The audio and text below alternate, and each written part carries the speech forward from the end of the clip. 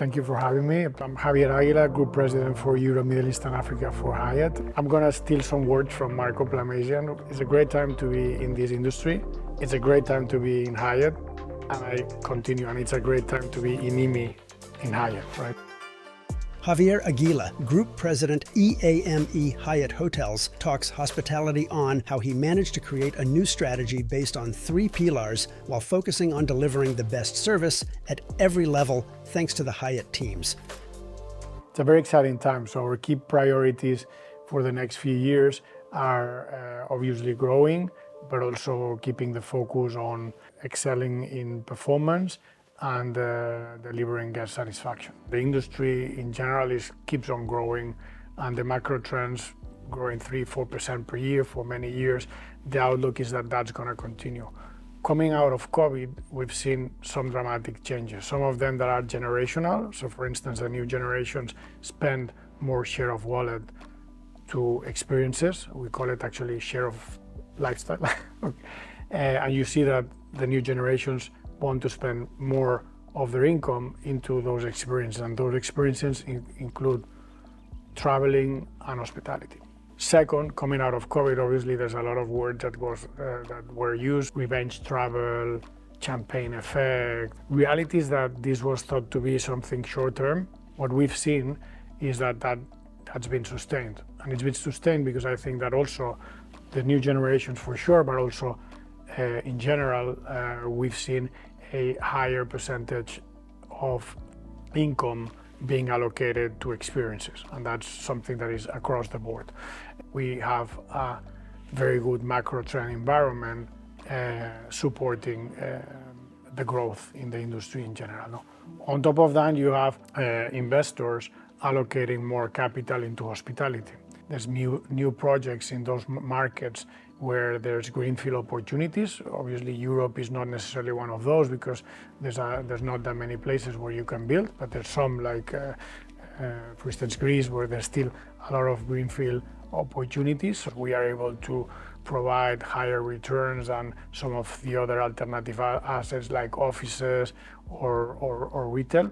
This capital, whether it's a family office, it's private or it's institutional, it's key to transform and upgrade hotels. Another way to grow is to transform tired assets, 3 or 4 stars, into something more elevated that can provide a different type of experience. So I think those 2 things combined are also important. Third, and also key, is that there's a lot of changes in the industry. When I started the Alua project in Spain, roughly 85% of the hotels were owned by people that had less than 3. And 72 or 73% of the hotels were managed by people that owned the hotels. If you look at the model in the United States, where clearly there was a separation between operations and ownership, that allowed the big brands to become bigger and create the platforms that we know today. So in Europe, which is a market that most of the sector has been family owned, but there's a transition following succession.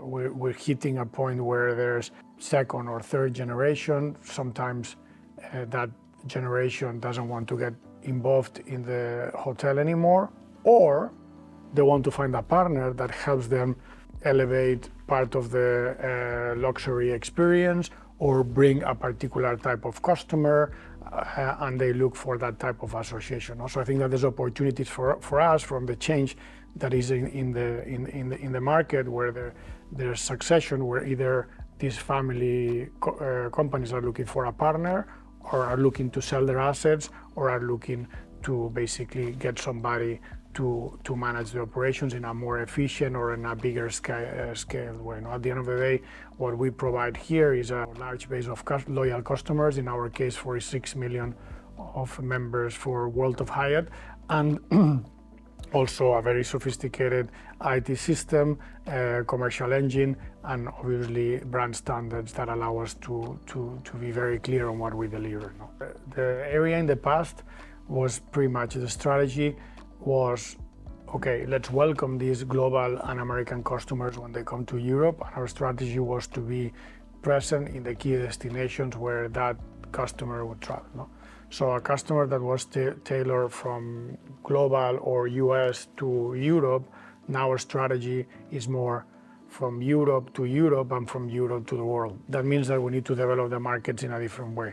First thing is we want to have a bigger scale in those markets that are very important.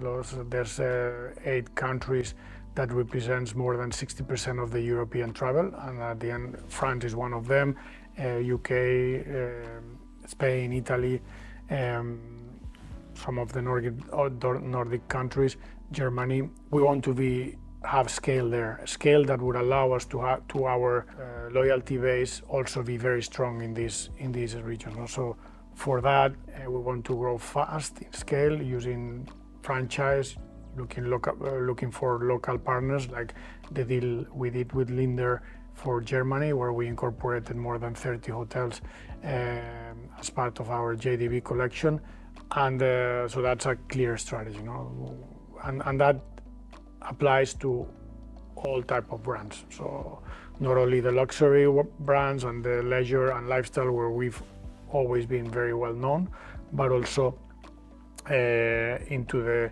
upscale and mid-scale brand that it's going to allow us to bring bigger scale. So growing in those markets is obviously very important. But we also want to continue focusing on performance. At the end of the day, obviously, as you grow, the challenge is bigger, and we've made a change in our region, creating 3 sub-regions with teams devoted to that, to make sure that we have the resources closer to the hotels to ensure there's enough focus. Nothing that I've said cannot be done without people. So at the end of the day, I'm very proud of having, in my opinion, the best team, and that's what allows us to continue growing here.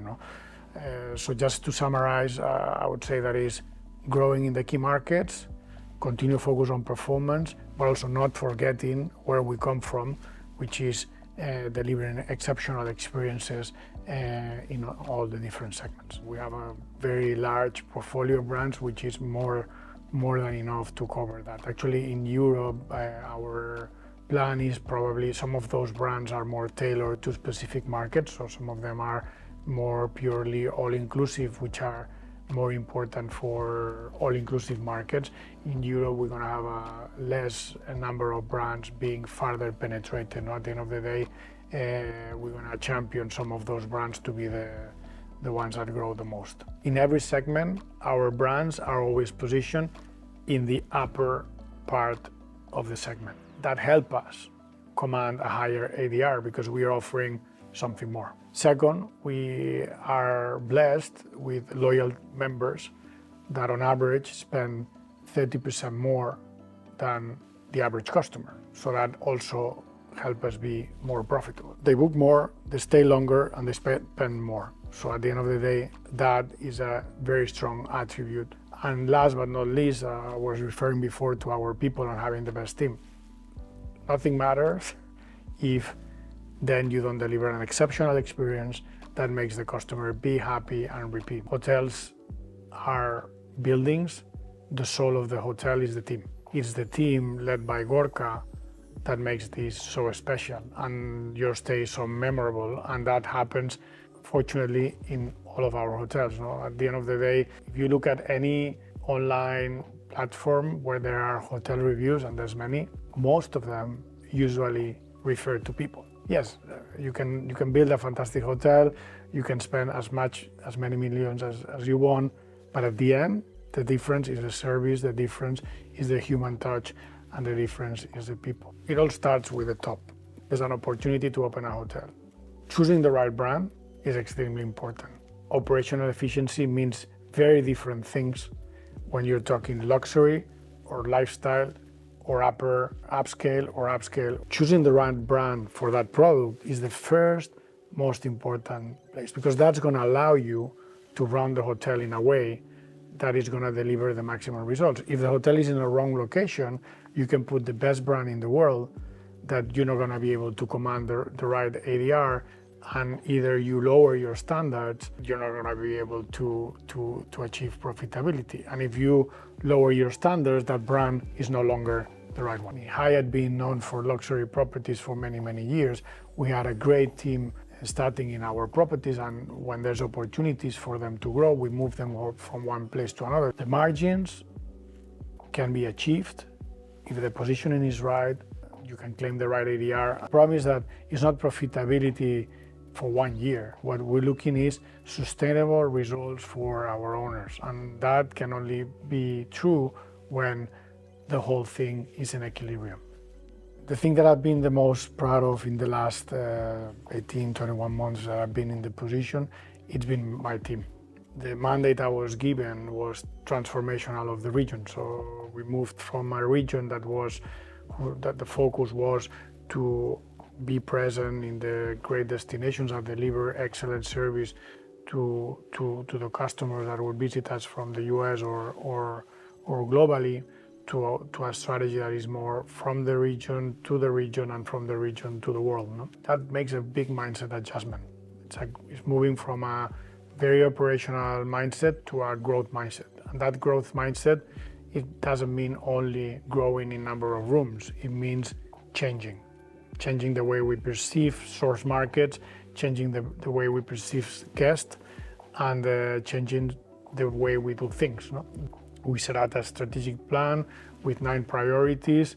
Those priorities were divided in big blocks. Some of them were related to growth, some of them were related to how we improve even more our commercial capabilities, how we operate in a differentiated way, preserving profitability that we have better than our competitors, but without forgetting the service and the excellent guest experience, and obviously talent, no? Because I said that that's the foundation. At the end of the day, if you grow faster, you need to also have a talent strategy that starts with retention, because if people leave, you have a bigger problem, but also that attracts the best talent in the industry, which is what we're trying to do. No? So the way that what I've been more proud is how the team have adjusted that growth mindset into embracing these changes and changing the way the region was run in the last few years. And so far, I cannot be more proud of that. To me, and I'll refer a little bit to the past, having the brand that I founded part of Hyatt brand bar, it's already a dream come true. No? Having had the opportunity to start a project and finding home in an organization like Hyatt that is not only a leader in numbers but also is a leader in culture, I think that that's already a dream come true. No? If I think about the short term, is actually all these plans that I was referring to make them a reality. We've made a big push. Some of these initiatives that we are doing are being successful here in the region, but we are also triggering some change in the global organization that makes me be more proud. And I think that if we can contribute to execute this plan and being successful, and on top of that helping our organization to be successful globally, that would be also a dream.